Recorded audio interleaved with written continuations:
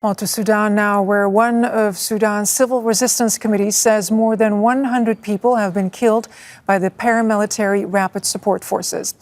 They say the attack happened in the al-Noura village in Jazira state and came in two waves. The committee shared video of bodies in the public square. It says it's still waiting for the final number of dead and injured, but is calling it a massacre.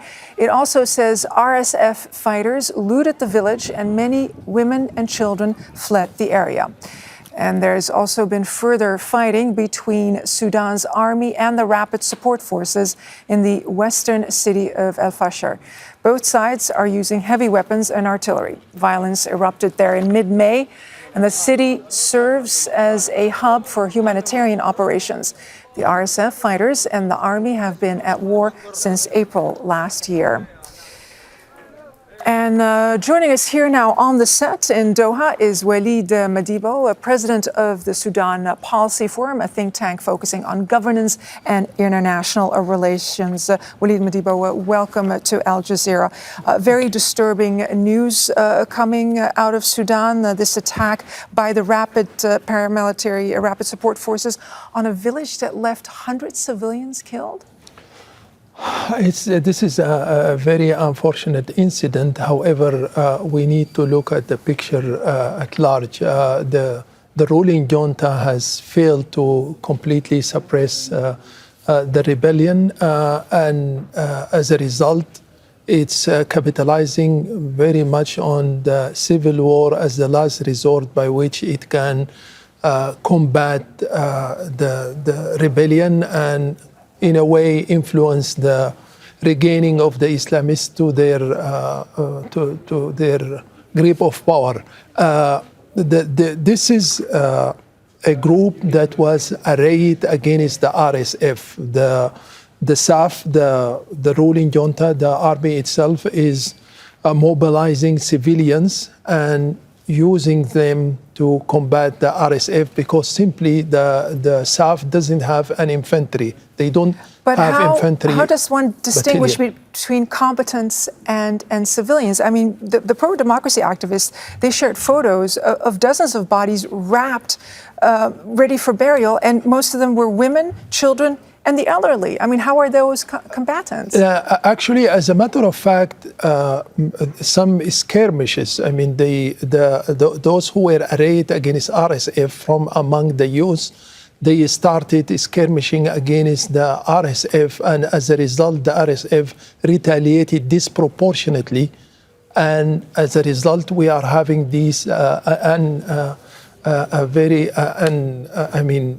very sad incident happening in this village. I mean, it's beyond sad. It's acting with impunity, targeting civilians. And I understand this isn't the first time that the RSF has laid siege and attacked an entire village. And see, both the army and the RSF are using the civilians as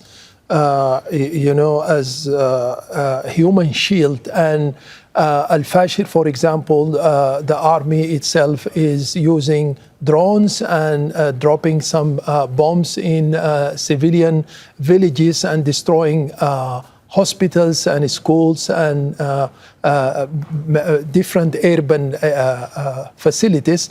And likewise, the RSF is looking into areas in which there are some so-considered Islamists.